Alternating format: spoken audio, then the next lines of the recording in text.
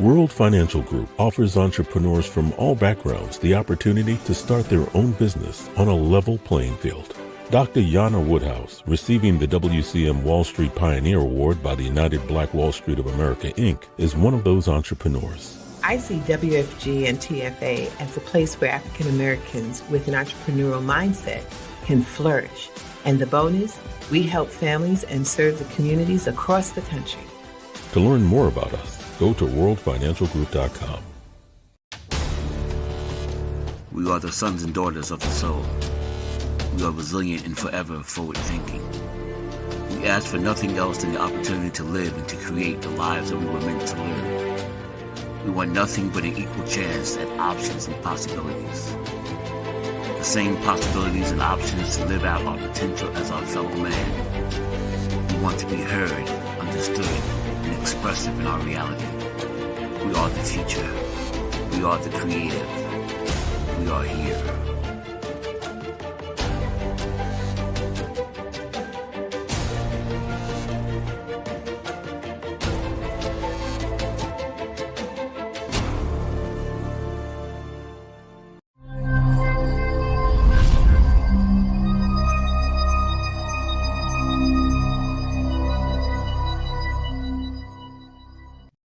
This is Kia Rogers, and you're listening to Urbanology with my dad, Tony Rogers, on WHCR 90.3 FM New York.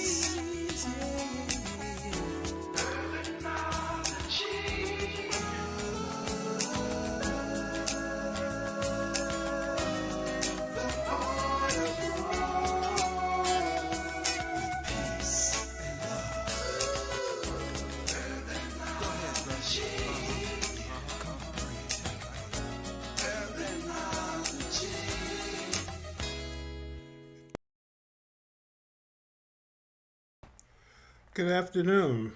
Tony Rogers here, your host for Urbanology, the Art of War. I hope all is well.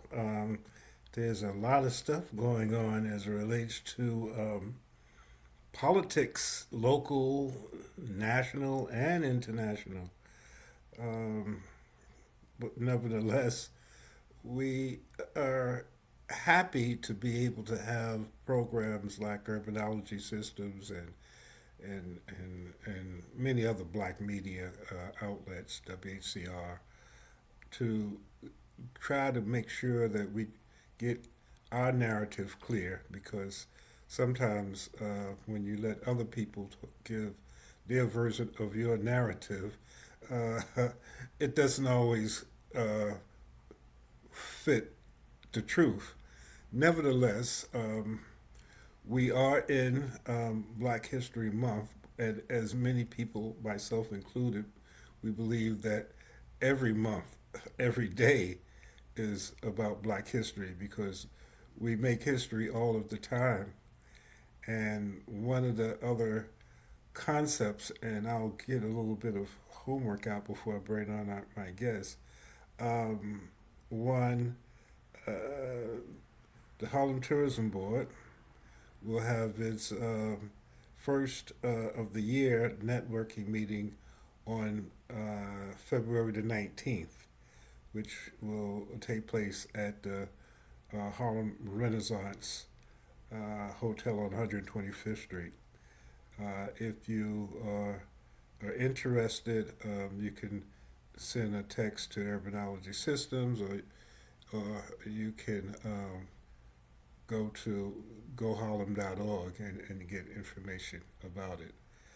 The MetaLink MedPod Center has opened for those who might want to go through and obtain an examination. It's the same as going to your primary care doctor, except for it's at your neighborhood and you have an opportunity to speak to your primary care if he's in the network or a number of network doctors who are specialists or whatever the issues may be. But the bottom line is that you have an ability now not only to go to 144th Street and Malcolm X Boulevard to the Medellin Clinic, but if you are disabled or have someone who cannot get to the hospital or the emergency room or whatever, uh, this technology can come to them where they can see a doctor, get all their vitals checked, and what have you. If you are interested, you can call uh, 908 400 9001. You've seen Jack Towles on our program before. He is the creator of this technology. And when you call him, just let him know that I suggested that you do that. And he can give you information about appointments. They're still underway and doing some things, but it is open. And we can also send you some of the interviews if you are interested in it, if you can't get to Jack at some point. It's in the archives of the Soul City Network. And again, I thank Soul City for being able to record and chronologize history as we make it. Which brings us into our show. We have, as I guess, actually there were going to be two, but Regi Taylor is a journalist, an author, an artist, and he's a branding professional. And he is basically a person who has done a lot of research on Black history, especially with a focus, even though he's more focused and his basis is in Baltimore, but he does a lot of work about Harlem. And one of the areas of his focus was the origin of the term the Big Apple, which many people have many different versions as to why that took place and the like. Matter of fact, my other guest who is like me, elderly, she might not be, was not able to get on, but we'll talk about her because she is one of the ones, Gwen Barrett, that actually designed this campaign. So there's a lot that Regi is looking to do to make sure that Harlem, which is where it originated in, gets the credit for naming New York, which is known throughout the world as the Big Apple. So please give my guest, Regi Taylor, a warm welcome. Good afternoon. Thank you, everyone. Thank you, Tony, for inviting me, and thanks everyone for attending.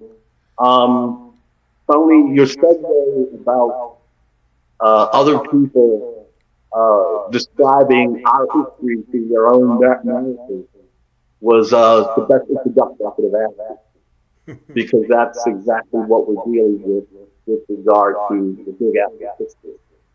For over 100 years, the explanation of why New York City was called the Big Apple has come down to a gentleman named John Fitzgerald, who is not African American, getting credit for that honor and having the intersection of 54th Street and Broadway renamed as Big Apple Corner in his honor, although he admits that he first heard the term Big Apple being discussed by two black people.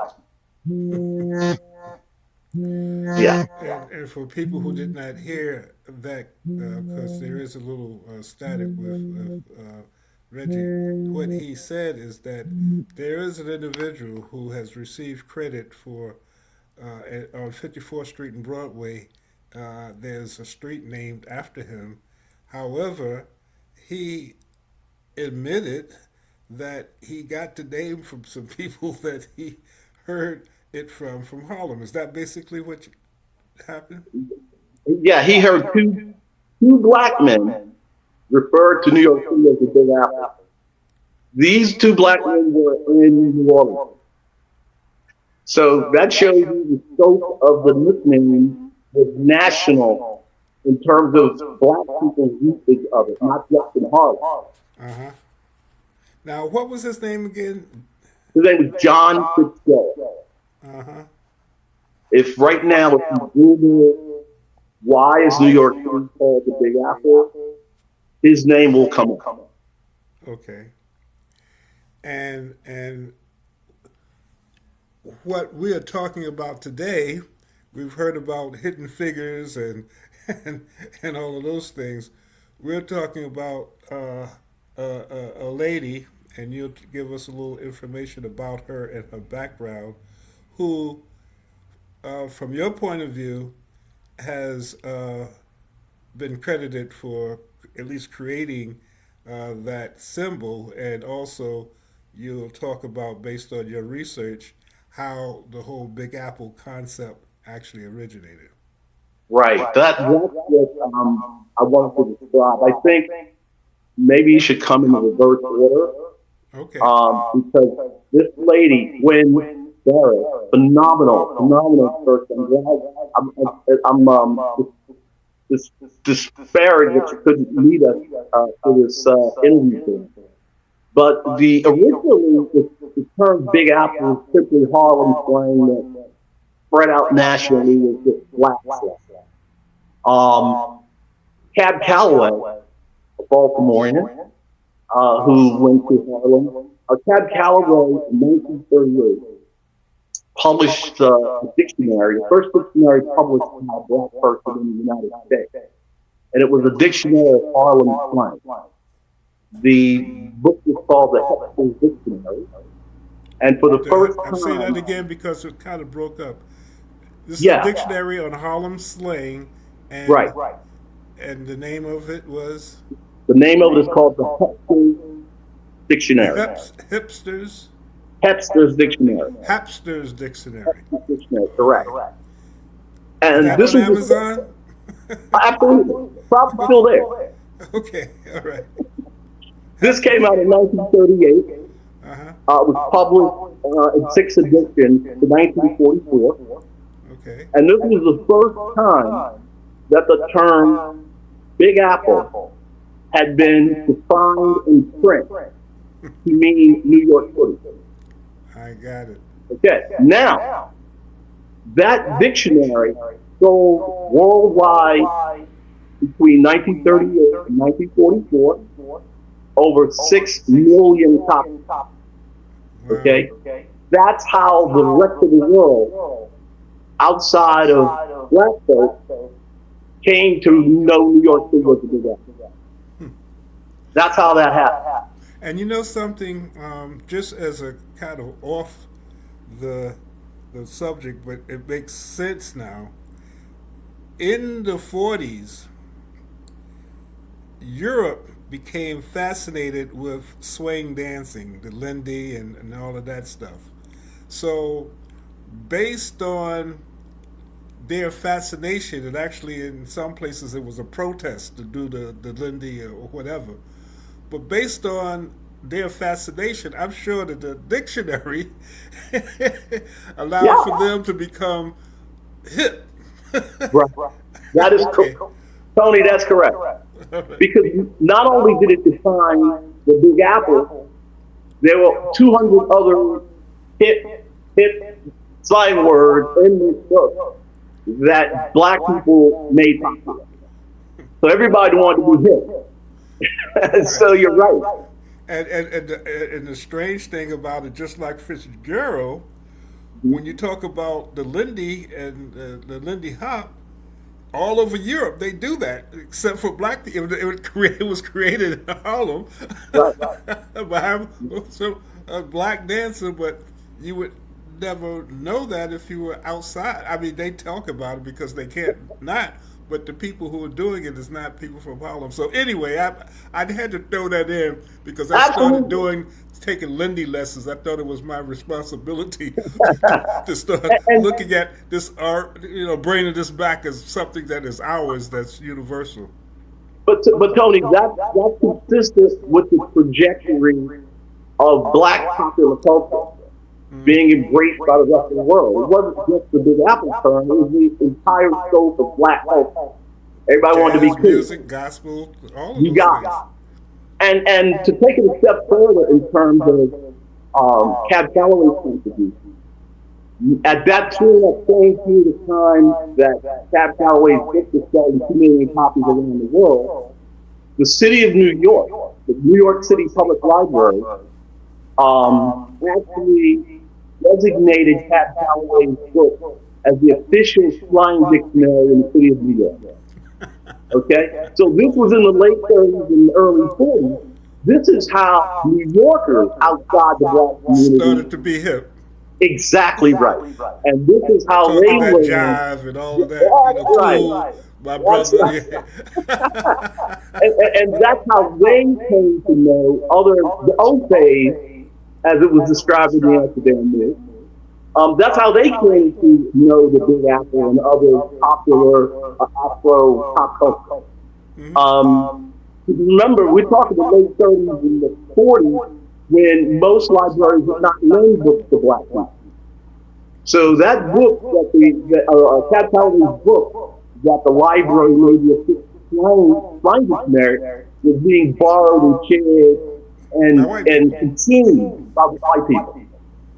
And based on all of those things, based on the jazz and based on the dance, based on coming to Harlem when Black people couldn't come to Harlem, that gave them the ability to really be hip. Correct. That is correct. That's interesting.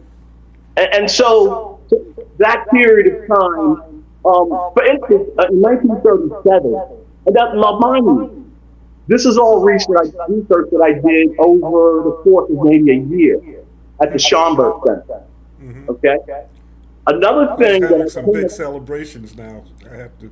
Absolutely. We have them on the show, I think, before the end of Black History Month. But I'm sorry to interrupt. That's okay. But another thing that I discovered relative to the Big Apple, I came across a 1937 article in the Amsterdam News. And it was a banner headline, summer of 1937. As a matter of fact, it was Labor Day weekend, like September the 4th, I believe, 1937. Everybody's partying in Harlem. It's Labor Day weekend. The Cotton Club was about to open in 2 weeks. And the story headline was Avenue to Big Apple. Say that and again. So the Big Apple. Repeat that because there was a blip, and I want people to hear what you said. So repeat that. Absolutely. Labor Day weekend, 1937, Harlem. The Amsterdam News ran a story called Avenue Cat to Big Apple. Okay? Avenue what? I didn't get that. Cats, like the hip cats. The hip cats. Okay, Avenue Cats. Okay, I got you. Avenue Cats. They do the Big Apple. Hip cats. And at the time, the Big Apple dance was raised all across the country. And the Amsterdam News talked about Cab Calloway and Bill Robinson opening up a Cotton Club in 2 weeks. And they talked about Calloway was so excited about this Big Apple dance and were incorporated into his... Which was the swing dance, wasn't it? Was that the... Correct, it was a swing dance. And he was... But one of the things the article did not mention, it didn't mention, well, hey, we have this Big Apple dance.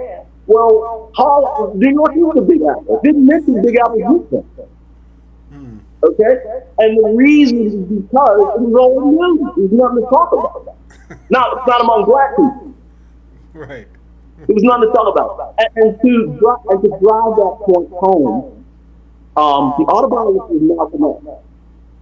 Malcolm X arrived in Harlem in 1940.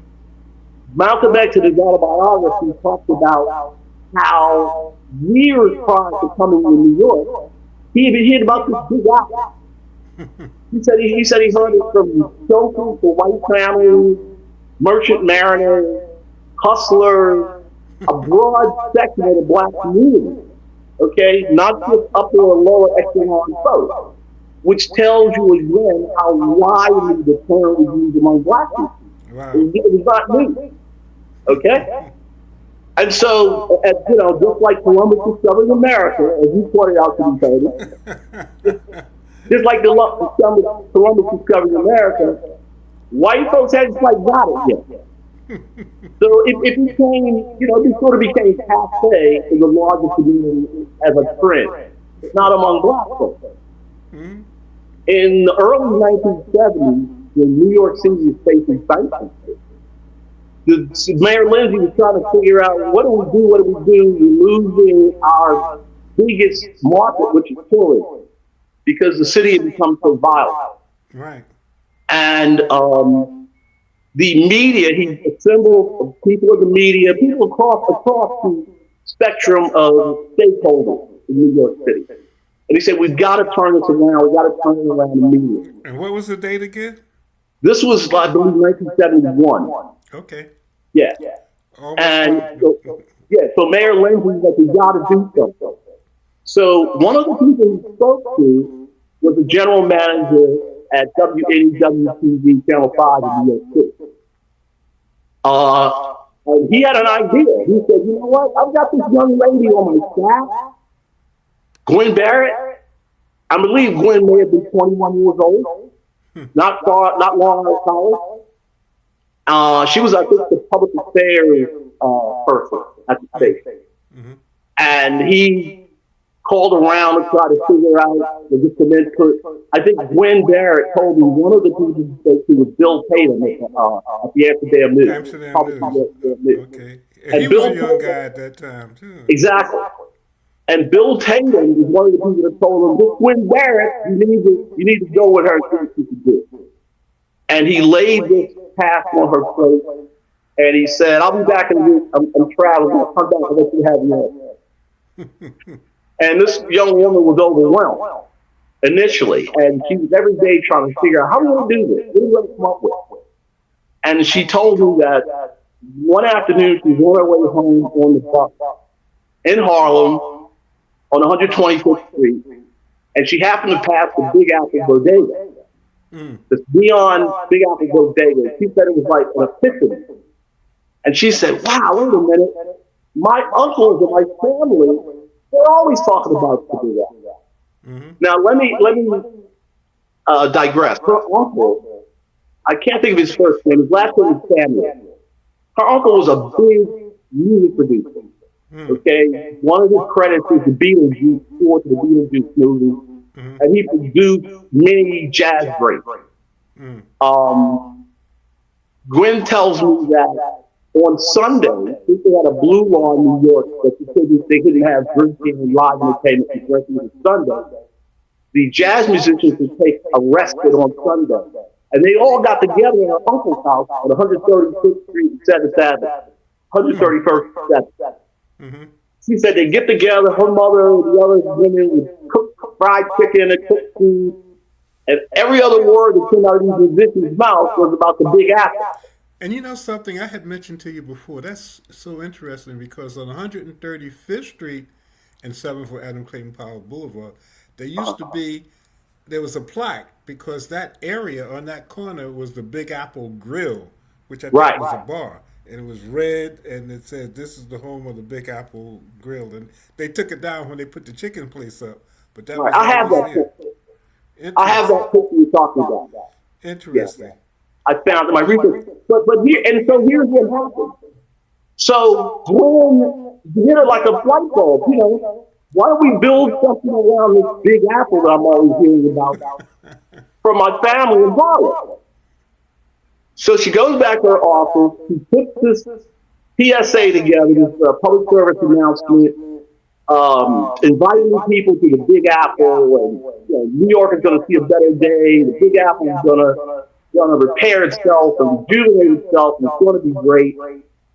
And the rest, as they say, is history. Okay? The city ran with the campaign, they plastered it everywhere, Everybody got credit for it except for Gwen Barrett. Now, some people know the story. Some people know the name. But if you ask anybody who, why is New York called the Big Apple, they won't say Gwen Barrett. They'll say John Fitzgerald. And if you ask anybody what part of New York civilizes the Big Apple, they won't say 122nd Street. They'll say Times Square. Okay, so my thing is Harlem needs to have its due. Harlem needs to have its due. Interesting, and and it all comes full circle because there was conversations about the Lindy and also the book. We need, hopefully, if it's out of circulation, we can have it come back in. I'm sure it's at the Schomburg. That's where I found it. Right. That's where I found it, Tony, in my research. But so what's your plan? How do you see? I mean, I guess the first step is talking to the Harlem Tourism Board. I'm interested in that as far as absolutely ways to get people back here. But what's your thought? How? Well, what I for years I was trying to figure out what to do. I went to the mainstream media; they totally ignored it. I went to certain politicians. I've discussed this with every mayor since Giuliani. Couldn't get anywhere. But unfortunately, and he's gone. Percy Sutton would have been the person who really understood because he adopted that, and when he was a borough president, that's how absolutely. All of the cities started revising that again with the red apple. Matter of fact, when he was running for mayor, and even to get into Gracie Mansion, you would always have a red apple pin. That was your security pin. Exactly. Well, what I plan to do, after not getting any satisfaction from the regular politicians, a couple of years ago, in late 2023, I went before Committee Board 10 in Harlem. And I made a series of presentations to them, sharing the same information I'm sharing with you right now. And they voted by unanimously 38-0. They voted to basically adopt my version of the event. Okay? Their recommendation was to go to Adam. Unfortunately, right around that time is when New York City began to get all these shipments and truckloads and boatloads and bucketloads of bombs. And the city was in a whole quagmire of crisis. So that was not high on the priority of the mayor, which I completely understand. And then after that, there was another series of scandals that has plagued City Hall. I understand why it hasn't gone any further in community board 10. But what I want to contribute to Harlem, what I want to do now that we know this information, Tony, is to go back to where we started. Now, 30 years ago, 1995, Giuliani hadn't been quite now for maybe quite a year. And his office put out a request for proposal just to, in general, anybody who might be interested in developing official City of New York merchandise. And they were going to use this because tourism was grown so big, the numbers were so huge, it was a no-brainer to figure out if we license private businesses to sell an official City of New York brand identity, we can make a lot of money. And I answered that question, and I sent in my own submission. They loved my submission. They loved it.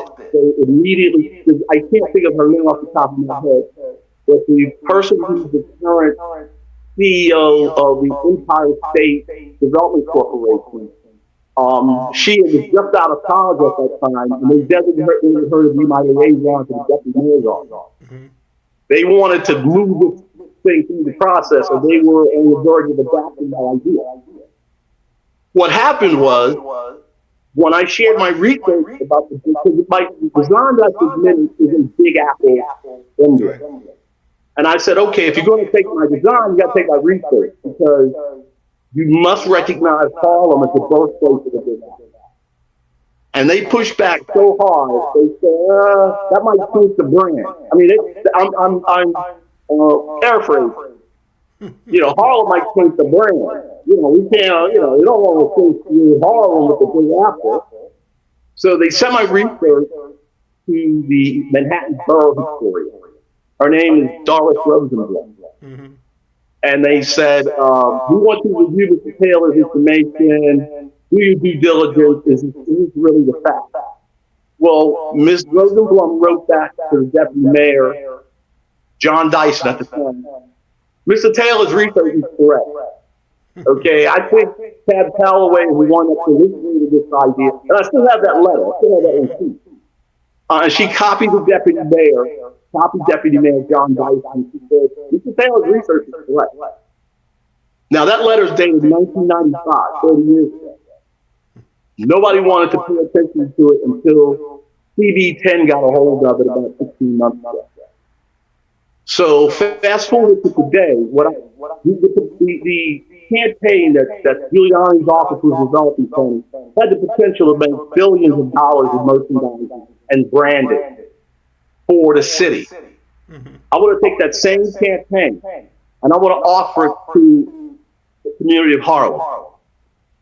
Okay? So TV10, when they reviewed my information, they sent me 2 letters of support. One of them is for a commemorative sculpture that I have designed. I've actually sent it to you. The other was to correct the historical record on the development and proliferation of the Big Apple as Harlem popular culture. Mm-hmm. So I want to give I want to turn all that over to the Harlem Tourism Board.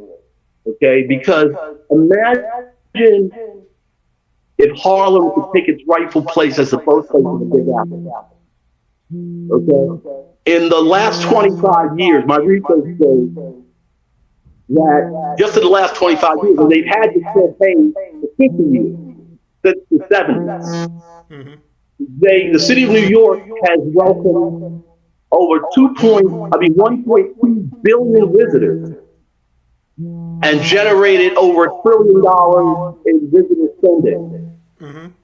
based on the Big Apple campaign. Mm-hmm. Very little of that money and very little of those visitors made it north of 110th Street. Mm-hmm. Okay? So I would like to see if Harlem could claim its birthright as the birthplace of the Big Apple. Imagine the prosperity that could come to Harlem commercially, culturally, and community-wise. That's Harlem's new renaissance. Based on your research and your knowledge about this, do we have the ability, whether we have to do it in court or whatever, to obtain licensing in order to have this type of, not only the apple, whatever that's designed to be, but mm-hmm. also just to begin to create, and I'm asking a question, I think you've already answered it, to make sure that the John Fisher girls are not going to come up and say, this is not right. So based on your research, you're saying, and I'm putting that you have the research and you have the proof to allow for people to understand that when you talk about the Big Apple, it comes from a term that originated in Harlem and went around the world. That is correct. And the interesting thing is, not only was it organic Harlem pop culture, but then Gwen Barrett came along 50 years later, and that's when, because up until that time, it was just organic pop culture. What Gwen Barrett did, she went back to her Harlem roots from her family's own experience, and she gave that information to the city, and the city built an official campaign around.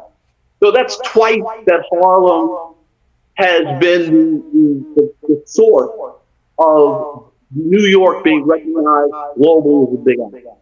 Okay. Now, regarding any type of licensing you have to permission, we certainly don't need any permission to be able to speak historic truth. So that's a non-issue.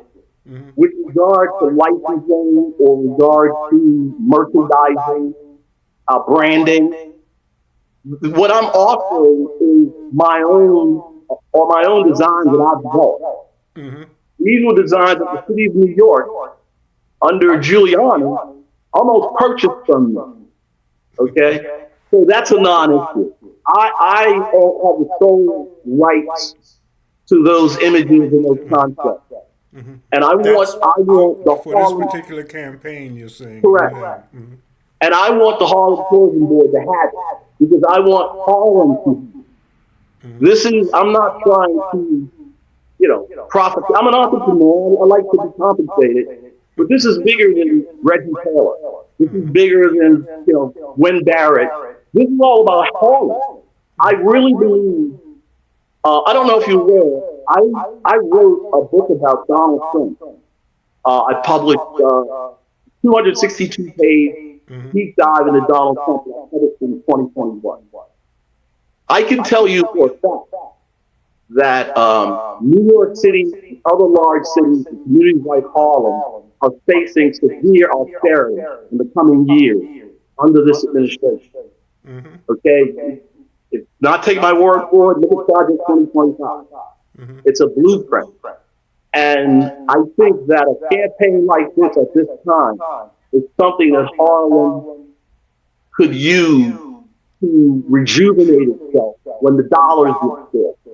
Well, Because I think there are a couple of things, and again, I'm glad that we're using this as a sounding board because rather than trying to have to explain to people, they can watch what we're saying at this particular point. Right. One of the things that comes to mind is New York, and as you said, there have been two campaigns. I'm more familiar with the second one because that was when I was working as a young person with the Honorable Percy Sutton when he was running for mayor. And as I was mentioning to you before, his whole thing was the apple, the Big Apple.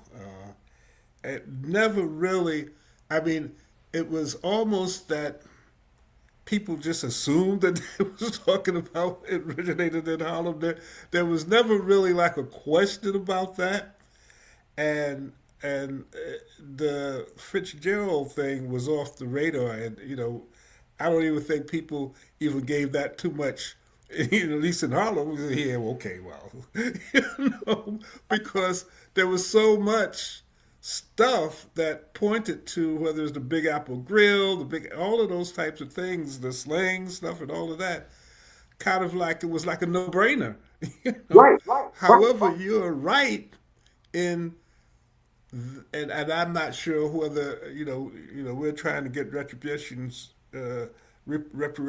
for a lot of different things. I don't know whether Harlem is going to get reparations for all of the money that was created, but we're in an interesting time where something like this, I don't know what a campaign looks like, but there are people who I'm sure would be interested in having conversations. I think you had a conversation with another HTV member, Gary Jones, about some of the things that they might be able to do. They are jewelers and they're extremely well known. We're doing some work in Ghana and different other places. They're like Pandora, but they just focus on black stuff, which is their niche, if you can do that. But I could not have thought about anything that is more significant as far as when we're talking about black history month to have this conversation with you, Reggie, because this talks about history in so many different ways and so many things.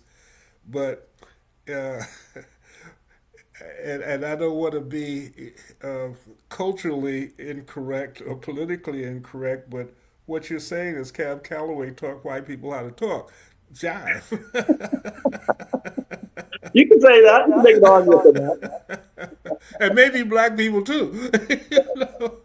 But interestingly, Tony, it when you mention some of the venues that use the Big Apple in their promotion, like the tavern and the bar and so forth.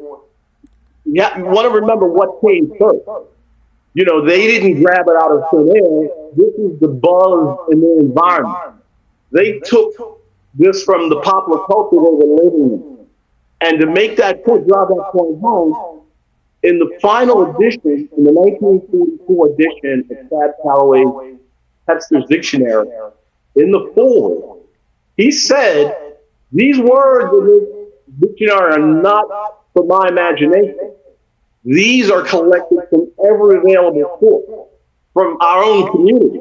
Mm-hmm. This is what people are saying to each other. This is how people are relating to each other. All I did was compile it and publish it. So it was the culture that came first. These taverns and the other places that use the Big Apple, they did it because the term was popular in their community. The concept was popular in our culture. Mm-hmm. Question, and this is as relates to being full disclosure.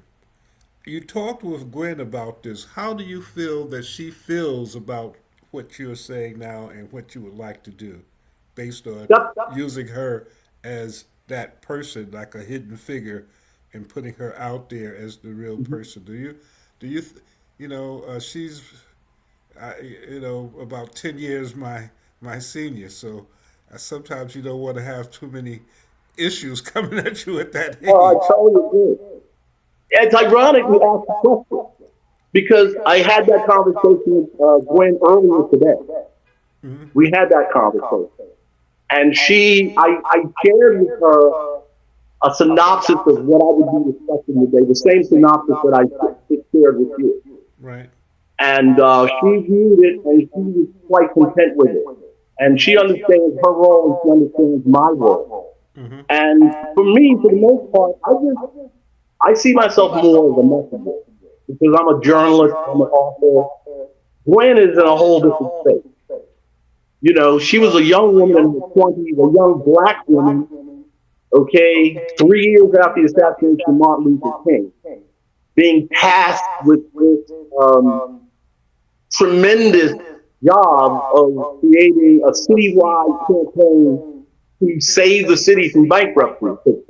And actually, it didn't, because the city went bankrupt in '74. That's how Halloween came about. Yeah, and you're right. But the thing is, he was tasked with that.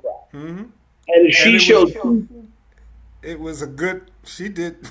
Oh, man. As you mentioned, the city they might have went bankrupt, but they made a lot of money on the Big Apple. and she shows true grit. And to me, I'm a messenger. She's a hero. She's a heroine, because she really accomplished something. She accomplished something that's measurable. You can quantify it. So but never really got the credit for it. Yeah, and she must have the credit for it. John Fitzgerald gets a sweet intersection in his honor. He doesn't even get a plaque anywhere in Harlem attesting to what he's done for Harlem. And from my understanding, and I'm sure your research will verify the truth about this, John Fitzgerald admitted that he heard about the Big Apple. So how did he get the plaque? So if he admitted that he heard it from two black people in New Orleans, how did he get a plaque on 54th Street and Broadway? That's not the worst thing. Like I mentioned to you, when I was answering the requested proposal from Mayor Giuliani's office to develop a promotional merchandising concept for official city merchandise. When they took my research and had the borough historian review my research, and I think they were doing that to try to discount it. But when she came back and she corroborated my research, she CC'd the deputy mayor, John Dyson. So ostensibly, Giuliani was briefed on this, because after all, the RP was his campaign. Mm-hmm. Despite having my research, corroboration from the borough historian, Giuliani is the one that honored this man, knowing better, having my research, and having John Dyson publicly say, "Hey, I overheard two black guys talk about the Big Apple and the world." But this is something that's recorded. This is something that, if it ever came up as to whether or not what you're saying is true, you can prove that it is true. Oh no, Tony, you may have missed the document I sent you. I went into the mayor's archive, and I pulled out the actual press release that I sent you. Uh-huh. You had it, that shows that on the occasion of Mayor Giuliani bestowing his honor on Fitzgerald, in the press release, it says in the press release, Mr. Fitzgerald overheard two black guys say this in New Orleans. But again, Reggie, and I can be thick. I'm still not understanding, what did Fitzgerald do in order to receive this honor? What was, other than hearing it from two black people in New Orleans? There has to be something. I mean, I know that stuff can be crazy, as we know now. So what makes sense won't make sense. But I don't understand how he even got that way. Well, my research, I uncovered that after overhearing these two young black men, they were stable hands. He described them as stable hands at a New Orleans racetrack. So even they knew, 1,000 miles from New York, they knew that New York was the Big Apple. Black folk, right? What Fitzgerald did when he came back to New York, Tony, he wrote. He was a writer. He was a writer for the New York Racing Tour. He handicapped horse racing. Mm-hmm. He took his publication of horse race handicapping, and he renamed it Around the Big Apple. Okay. He renamed it Around the Big Apple. And I'm being told by people who prefer his version of events that his racing form called Around the Big Apple had a stronger impact than Cab Calloway's 2 million plus selling dictionary sold around the world that defined the Big Apple in print. People who want to believe that version credit this guy, his racing form proliferated around the world and stayed the rest of the world to New York as the Big Apple. What was the date that he did that publication? This was in the early 20s. In the early 20s. Fitzgerald did it in the early 20s, during the Correct. 20s. Okay. That's my understanding. Mm-hmm. And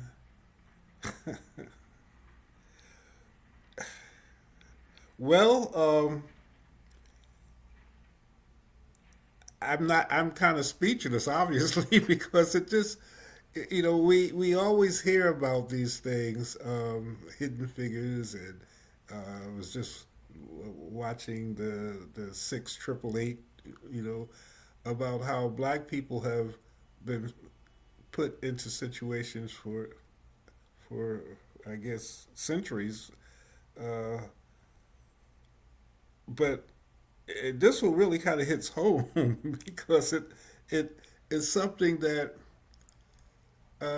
never in my mind as a person growing up understanding the apple that I ever attributed that to John Fitzgerald, and that never ever came, to my mind, which is probably why this whole 54th Street plaque didn't make any sense. Sometimes when you see things, there's so many things that you have to deal with. When you see things that really don't make any sense, you just wash it out. You don't even think about it at all. Well, Tony, you have you. I know I've sent you some of these documents. Probably may have just passed over it, but you actually have among some of the documents that I sent you a press release. And here's the irony. Donald Trump. Giuliani gave this honor to this man during Black History Month. Right? Check this out. Check this out, though. Tomorrow, February 12th. February 12th tomorrow is the 28th anniversary of the press release I'm talking to you about. It's dated February 12th, 1997. So tomorrow, the 28th anniversary. And you sent me this press release? You have it. Yes. I'm going to write a story about that tonight. I'll publish something in the Holland Community News. I'm looking for Black History stuff, and I'm not going to do too, but I'm just going to. I only have a short 500 words, but I want to start at least the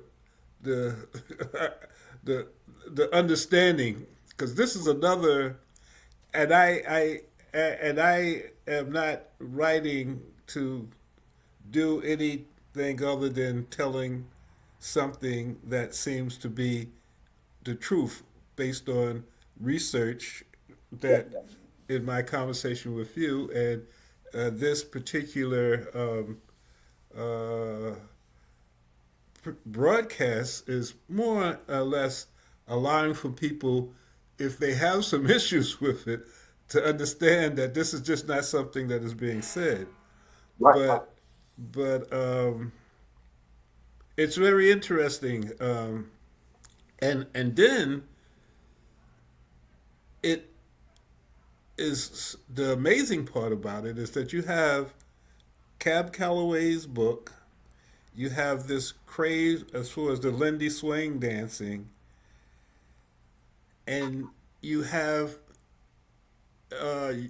throughout Europe people learning both of these things. That has changed the culture of the world. It has indeed. And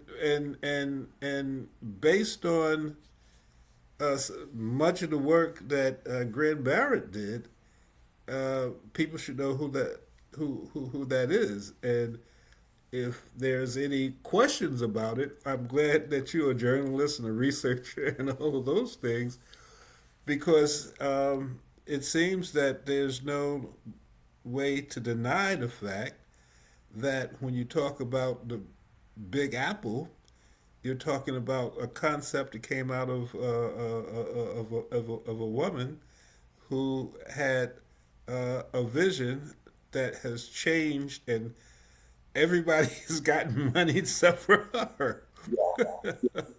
Tony, what I'd like to do, I would like to share a lot of the research.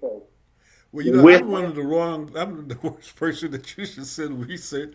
I mean, I can do stuff like this, but I have to find someone that you can share it with who will know what to do with it. However, as a writer, and I'm going to look at some of the stuff, because I'm going to start hitting this. This is every Black History Month, which is all of the time. So this is not just going to be for February. I always try to find something that I can, latch on to that most people don't know about. We know about the inventors, and we know about many things. I was going to do something on the 6888, but that's already there. People know about it. But this, and you have to do me a favor, and we'll talk about it. You have to let Gwen know that I'm going to start doing some writing about that and about her, Yeah. just to make sure that she's okay with that. And Yeah. I'm only really talking about what we've talked about here, because Right. actually this show is being people are seeing it all over anyway, and I'm going to send you a copy of it. So if you want to send it to someone as you're starting to talk about your project, Right. you can use this as a way to allow for people to understand what we're talking about. Right. And so, go ahead. What I'm going to suggest to you, I'd like to share some of the information that I've talked about today. I'd like to share it on the Harlem Tourism Board website. During at least during Black History Month, if people could come, not to overwhelm them, but there's a synopsis that I have. It's about 500 or 600 words, about 7 to 8 minute read that people can get the flavor of it. But there's enough information there that if they want to go further, they'll have the reference points to be able to go out and do their own research. Well, since I can't say yes or no because I have no idea as to what the website is going to be able to entail or whatever, but I can make sure that, well, you have to become a member of the Harlem Tourism Board, and we'll talk about it off site.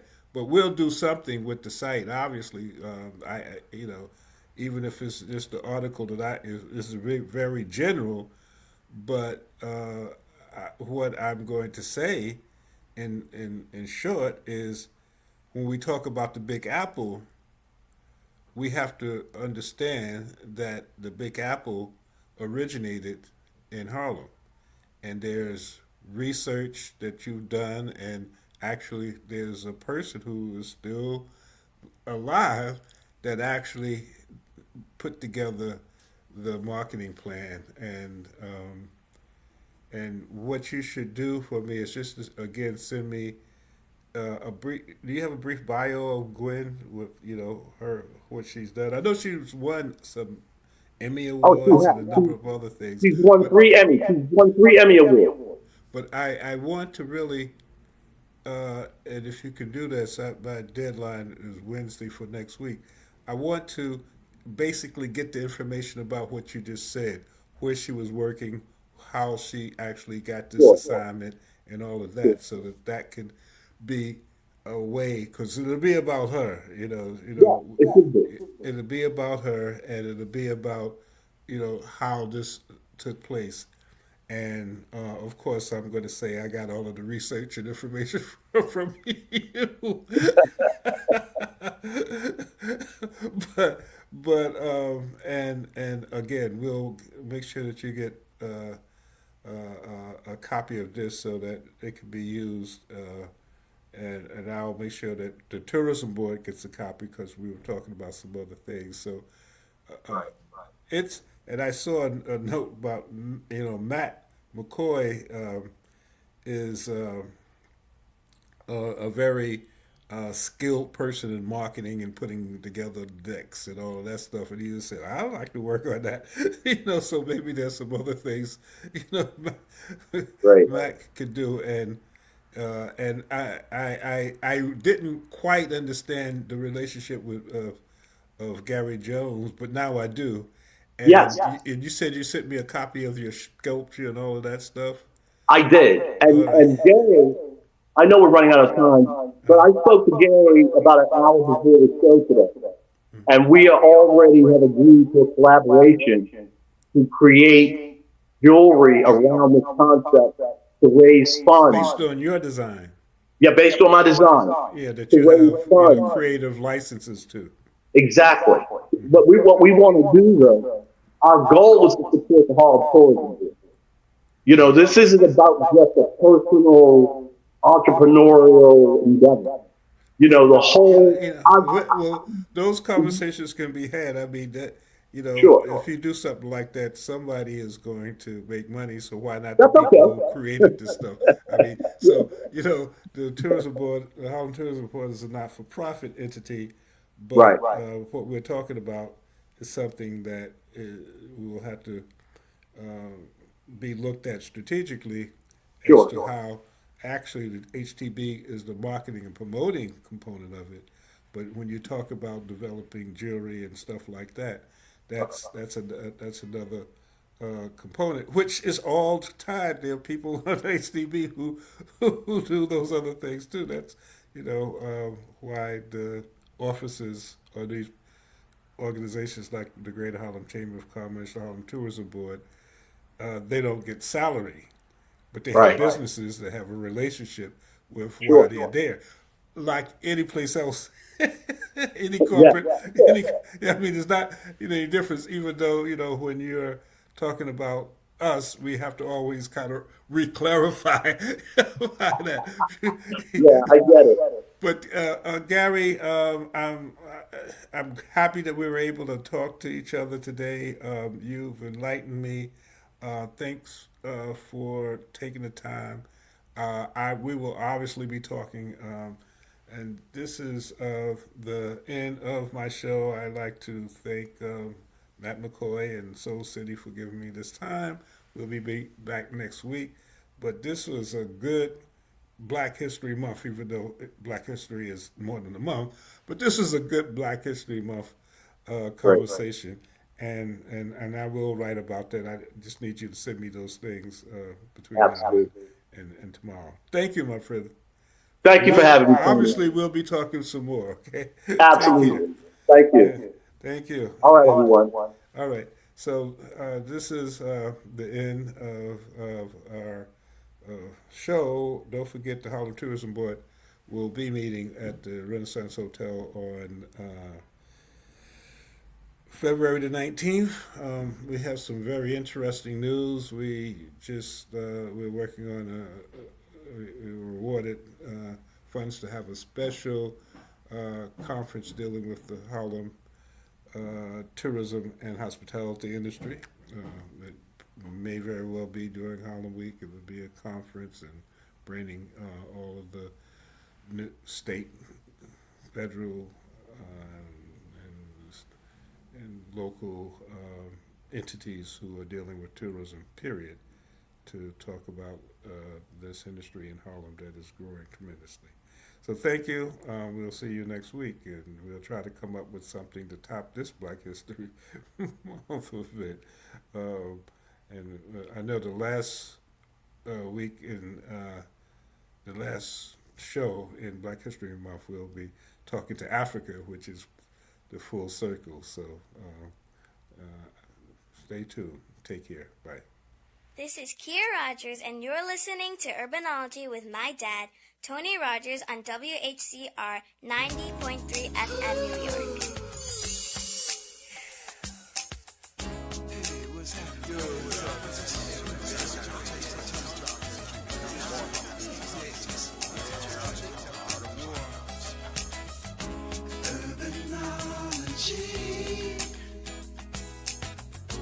Urbanology.